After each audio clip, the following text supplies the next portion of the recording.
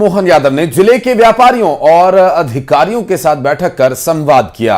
करीब आधे घंटे तक बैठक चली है। मुख्यमंत्री ने व्यापारियों को संबोधित करते हुए कहा कि कटनी जिला अनेकों संभावना वाला जिला है। दरअसल विभिन्न प्रकार के खनिजों के साथ खनिज में होने वाले अनाज को लेकर फूड प्रोसेसिंग इंडस्ट्रीज को भी डेवलप किया जा रहा है। आपको बता दें कि कटनी जिले में 3 प्रमुख इंडस्ट्रियल एरिया हैं, जहां नई नई कंपनियों और यूनिट को स्थापित करने के लिए अधिकारी व्यापारियों से चर्चा करेंगे। आज अपने कटनी के इस यहाँ के उद्योगपतियों के कार्यक्रम में बैठा था और मुझे इस बात की प्रसन्नता है। कटनी हमारा उद्योग निवेश की बड़ी संभावना वाला स्थान है। ऐसे में स्वाभाविक रूप से जब हम जिले में इंडस्ट्री कॉन्क्लेव करेंगे तो आने वाले समय मिनरल की, फूड प्रोसेसिंग की और अन्य प्रकार की संभावना वाले एक इंडस्ट्री कॉन्क्लेव यहाँ भी करने वाले हैं। मुख्यमंत्री आदरणीय श्री मोहन यादव जी ने औद्योगिक विकास को लेकर कलेक्ट्रेट सभागार में कटनी के उद्योगपति व्यवसायियों की बैठक की। GIS समिट के सफल आयोजन के बाद भारत को विकसित बनाने में मध्य प्रदेश के ठोस कदम रहे और इस दिशा में कटनी का भी योगदान रहे। इस संदर्भ में मुख्यमंत्री जी ने यहाँ पर व्यापारियों से बात।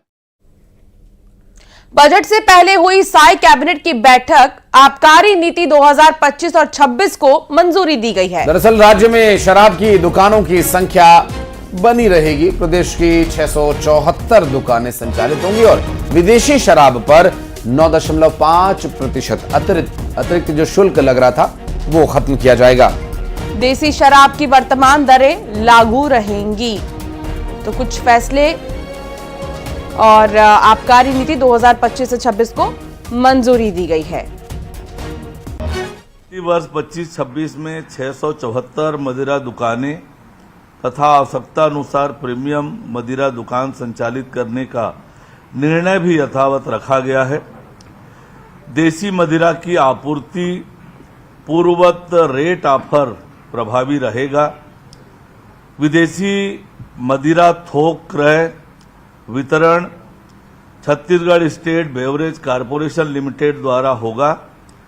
मदिरा पर लागू अधोसंरचना विकास शुल्क यथावत रहेगा और विदेशी मदिरा फुटकर दुकानों पर 9.5% के दर से लगने वाला अतिरिक्त शुल्क समाप्त करने का निर्णय आज की मंत्रिपरिषद की बैठक में हुआ है। और विदेशी शराब पर सरकार के टैक्स खत्म करने के फैसले पर कांग्रेस ने सरकार को निशाने पर लिया। धनंजय ठाकुर ने कहा, सरकार प्रदेश को नशे के गर्त में धकेलना चाहती है।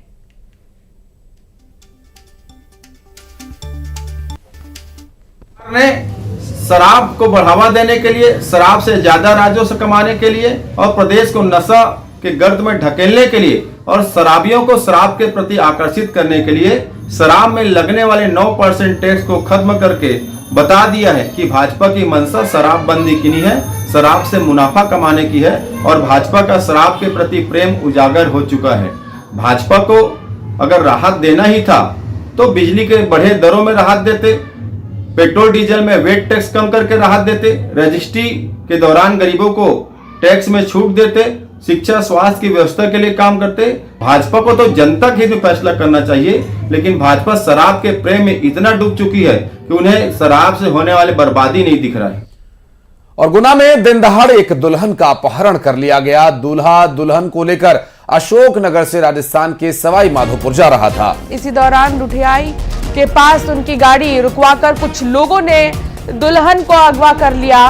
पुलिस जिले से बरामद, बता दें आपको कि पुलिस ने दुल्हन को देवास जिले से बरामद कर लिया है। आरोपी की पहचान आकाश जाटव के रूप में हुई। दरअसल आकाश युवती का पुराना एक तरफा आशिक बताया जा रहा है और आकाश जाटव साल 2023 में युवती को उस समय लेकर भाग गया था जब वो नाबालिग थी। हालांकि अब परिवार वालों ने उसका विवाह पूरे विधि विधान से संपन्न कराया तो एक बार फिर ये आकाश जाटव वहां आ गया और उसने अपहरण की वारदात को अंजाम दिया। परिवार सहित अपनी पत्नी को वापस सवाई माधोपुर ले जा रहे थे, तभी अचानक एबी रोड पर रुठियाई चौकी के पास टोल के पास पर एक स्कॉर्पियो आके रुकी। एक मोटरसाइकिल भी थी जिन्होंने गाड़ी सामने अड़ाकर उनको रोका और उसकी पत्नी को अपहृत करके ले गए। उसके द्वारा चौकी में तुरंत सूचना दी गई, जिसमें तत्काल एक टीम बनाई गई और स्कॉर्पियो का नंबर टोल से पता कर उसका पीछा किया गया, जो कि पीछा करने के बाद हमें गाड़ी और अपहृता जो पत्नी ले गए थे वो भी मिल गई है। साथ में 5 आरोपी देवास से उन्हें अरेस्ट करके वापस थाने लाया जा रहा है। उस समय हमारे सामने एक गाड़ी आई स्कॉर्पियो ब्लैक कलर की, आगे लगा के जबरदस्ती उन्होंने हमें डराया धमकाया और चाकू वगैरह दिखाया हमको। दुल्हन को उठा के जबरदस्ती ले गए। दुल्हन को उठा के ले गए। इसमें क्या लोग थे? 8 से 10 लोग थे उसमें, और एक पल्सर थी उनके साथ। इनमें से किसी को लोग आप जानते हैं? नहीं, हम नहीं। बैतूल में एक बार फिर नशे की खेती का खुलासा हुआ है। गेहूं की फसल के बीच गांजे के पौधे उगाए जा रहे हैं। दरअसल ये रातामाटी गांव के गांजे की खेती मिलने का एक मामला है, जहां 1 एकड़ खेत से गांजे के 760 पौधे बरामद किए गए। पुलिस के पहुंचने से पहले खेत मालिक फरार हो गया।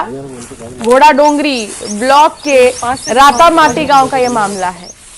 और देखिए कि बैतूल में गांजे के पौधे गेहूं के खेत में मिले हैं और यहाँ गांजे की खेती लगाकर रखी थी और 760 पौधे जो गेहूं के खेत में उगाए हुए थे उन्हें पुलिस ने बरामद कर लिया है।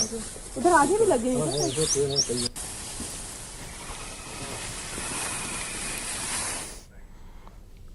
और राजगढ़ के कड़िया सांसी गांव में श्री राम कथा के समापन अवसर पर राजगढ़ पुलिस अधीक्षक का एक अलग ही रूप देखने को मिला। समापन समारोह में बोलते हुए एसपी ने खुद को प्रशासन का हनुमान बताया।